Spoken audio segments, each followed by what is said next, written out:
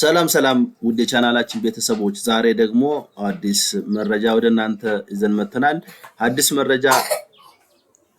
መረጃ አይደለም ግን ሁላችንም በመረጃ ደረጃ እንሰማዋለን። ኤአይ የሚባል አርቲፊሻል ኢንተለጀንስ እንግዲህ ሰውን ይተካል፣ አንዳንዶቹ ደግሞ የሰውን የማሰብ አቅም ይቀንሳል እያሉ ብዙ ትንተናዎችን እያካሄዳሉ። ዛሬ እስኪ ኤአይ ምን ነገር ሊያቀልልን ይችላል፣ ምን ስጋት ሊያመጣብን ይችላል የሚለውን ወደ እናንተ ይዘን መተናል። አብራችሁን ቆዩ።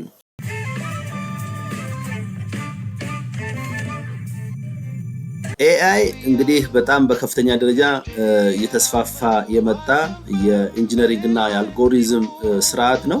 በዚህ ስርዓት ውስጥ እነ ኤለን መስክ የመሳሰሉ ቢሊዮነሮች በጣም በከፍተኛ ሁኔታ እየተጠቀሙበት ይገኛል። አሁን ላይ ስራዎችን በማቅለል የኢኮኖሚ አቅማችንን በማሻሻል የአስተሳሰብ አድማሳችንን ደግሞ በመገደብ ተጽዕኖ ይፈጥራል የሚሉ ሰዎች እንዳሉ ሁሉ እንደነ ኤለን መስክ አይነት ደግሞ ኢኮኖሚያችን የሚፈታው ማህበራዊ ችግራችን የሚፈታው በኤአይ ነው በሚል እየተከራከሩ ይገኛሉ። የሰው ኃይል ግን ስራ እድል ከመፍጠር አንጻር የተወሰነ ችግር እንደሚኖርበት ሁሉም ይስማማሉ። አሁን ላይ እንደምታዩት ፊልሞች ይሰራሉ፣ ድራማዎች፣ የኢንጂነሪንግ ዲዛይኖች የሚወጡት በኤአይ የሆነ ነው። አትሊስት በዲዛይን ደረጃ በሐሳብ ደረጃ የሚሰጡ ግብአቶችን ተጠቅሞ እንዴት ጀነሬት እያደረገ እንዴት ወደ ኢኮኖሚያችን ወደ ሶሻል ማህበራዊ መስተጋብር እንዴት እያመጣን እንደሆነ ማየት ይቻላል። ዛሬ ማውራትም የፈለኩት ኤአይ ራሱን የቻለ ስራ አይደለም። ኤአይ ራሱ ሁሉንም ነገር ይተካል ማለት ሳይሆን ሰዎች በልምምድ ውስጥ ኤአይን ፈጥረው የሰዎችን ልምምድ የሰዎችን ተደጋጋሚ ተግባራት በማላመድ ኤአይ እንዲሰራው ማድረግ ነው። ይሄን በብዙ ድግግሞሽ እኛም እየተለማመድ ነው ያለንበት ሁኔታ አለ። ስለዚህ ኤአይ የኢንጂነሪንግ አድማሳችንን ያሳድጋል ብለው ነው የሚያስቡ ኢንዱስትሪዎች፣ ፋብሪካዎች የተለያዩ አይዲያል የሆኑ ሐሳቦችን ወደ ተግባር ለመቀየር ከፍተኛ ሚና አለው። ኤለን መስክ እንደሚለው አንድ መኪና ለመፈብረክ ቀላል ነው። ያንን መኪና ግን ያለ ሰው መንዳት ከባድ እንደሆነ ይናገራል። ይሄንን ሰውየው መኪናውን ሲነዳ እንዴት የት ጋር ኮንትሮል እንደሚያደርገው የት ጋር ፍጥነት እንደሚጨምር እንዴት አደጋ ከጎኑ ከኋላ ከፊት ሲመጣ እንዴት ሴንስ እንደሚያደርግ የሰዎችን አስተሳሰብ ሪከርድ በማድረግ ወይም በአስተውሎት በመያዝ ያለ ሰው ያንን ሲስተም ተጠቅመው መኪና ሰው አልባ የሆነ መኪና እንዲፈበረክ አድርገዋል ማለት ነው። ይሄ የኢኮኖሚውን በሌላ ዘርፍ አግሪካልቸሩን ሊሆን ይችላል፣ ጤናውን ሊሆን ይችላል፣ አጠቃላይ የኢኮኖሚውን ዘርፍ በከፍተኛ ደረጃ ያሻሽላል፣ ከችግርም ከድህነትም ያዋጣናል የሚል አስተሳሰብ አለው ኤለን መስክ። ምክንያቱም ሰዎች ገንዘብ ሲይዙ ሰዎች ገንዘብ እጃቸው ጋር ሲያርፍ ባልተገባ መልኩ ሊተረጉሙትም ይችላሉ። ዜን በኤአይ ስንሰራ ግን ገንዘቡ እጃችን ጋር አይሆንም። ኤአይዎች ጋር መጀመሪያውም አልጎሪዝሙ ወይም ኢንጂነሪንጉ በሲስተም መልኩ ስለሚቀመጥ ምንም ነገር ሳያግደን ስራዎችን ማቀላጠፍ እንደምንችል ይናገራልና ኤአይ በተለይ አንዳንድ ምሁራን ደግሞ የሚከራከሩት ተማሪዎች ላይ ተጽዕኖ ይፈጥራል። ሰዎች እንዲያስቡ፣ ሰዎች እንዲፈላሰፉ፣ ሰዎች ረቂቅ የሆኑ ሐሳቦችን ይዘው እንዲመጡ ይፈለጋል። ከዚህ አንፃር ኤአይ እነዚህን ሐሳቦች እንዳያመጡ በተለይ ወጣቱ ጄኔሬሽን አዲስ አይዲያ፣ አዲስ ዕውቀት፣ አዲስ ክህሎት እንዳያፈልቅ ገደብ እንደሚሆኑ ይናገራሉ።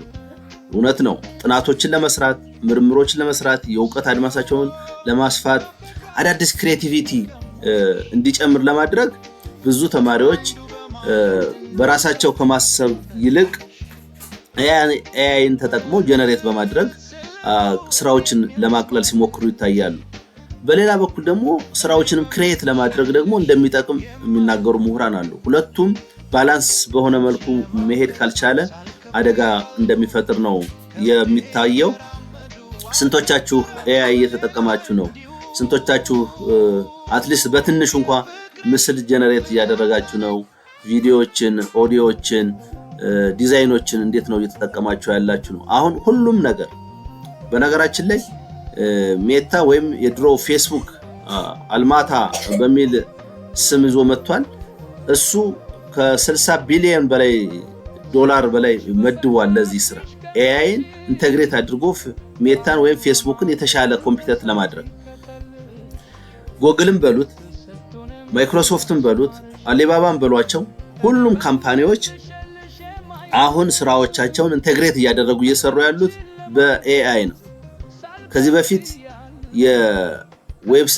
የሶፍትዌር ዲቨሎፕመንት ስርዓቶች ወይም የኮምፒውተር የአሰራር ስርዓቶች ሰዎች ክሬት በማድረግ ትክክለኛ አሰራሩን በማየት ትክክለኛ ሶሉሽን በመስጠት ራሳቸው ክሬት አድርገው የሚሰሩበት ነበር።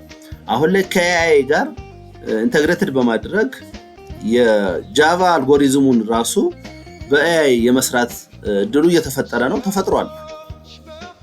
ይሄ ከስህተት በተወሰነ መልኩ ብዙ ሰዎች ባላቸው ዕውቀት ላይ ይሄንን ከጨመሩበት የተሻለ አድቫንስድ ማድረግ ይችላሉ ነው። በAI ለምሳሌ ጃቫ ላይ የሆነ ስክሪፕት ሲሰሩ የሚመጣው ውጤት ፌል የሚያደርግ ነገር ሲኖር በAI ኢንተግሬትድ ከሆነ ግን ያችን ፌል የሆነችዋን ሪጀነሬት በማድረግ አስተካክሎ ራሱ የሚያወጣበት ሁኔታ አለ። በሌላ በኩል የኢንጂነሪንግ ቅድም እንዳልኳችሁ እንደ ኤለን መስክ አይነት በእንዲህ አይነት ቴክኖሎጂ ወደፊት ተስፈንጥረው የሚሄዱ ባለሀብቶች የሚያስቧቸው የኢንጂነሪንግ ዘርፎች በAI መሰረት አድቫንስድ እየተደረጉ እየሄዱ ነው። ስለዚህ አሁን ቴክኖሎጂው ወጣም ወረደም AI እንድንጠቀም ያደርጋል። ያ ማለት የሰውን አስተሳሰብ የሰውን ብሩህ እይታ ከAI ጋር ኢንተግሬት በማድረግ ሞር አድቫንስድ በማድረግ ስህተትን በመቀነስ መጠቀም እንደሚቻል የሚታዩ ውጤቶች አሉ ማለት ነው። ከዚህ በተቃራኒው ግን ቅድም እንዳልኳችሁ ሰዎች በትምህርት የተሻለ ራሳቸውን የሚማሩበት ሆኖ ሳለ ደግሞ በሌላኛው በኩል ደግሞ የራሳቸውን አስተሳሰብ የራሳቸውን የፈጠራ ችሎታ ሰዎች የማሰብ አቅማቸውን በጣም ርቀው እንዳይሄዱ ደግሞ በተወሰነ መልኩ ሊገድብ እንደሚችል የሚያመላክቱ የዘመኑ ቴክኖሎጂን የሚጠቀሙ ወይም ዘመናዊ ቴክኖሎጂ እንድንጠቀም የሚያደርጉ አሰራሮች እየመጡ ነው።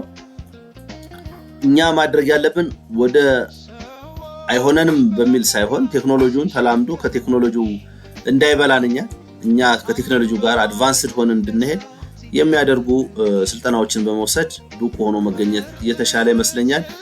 የዛሬው AI መሰረት በማድረግ አንዳንድ መረጃዎችን ወደ እናንተ ይዘን የመጣንበት ቀን ይህን ይመስላል። በሌላ ርዕስ በሌላ ፕሮግራም እስከምንገናኝ ቸርን ሰንብቱ።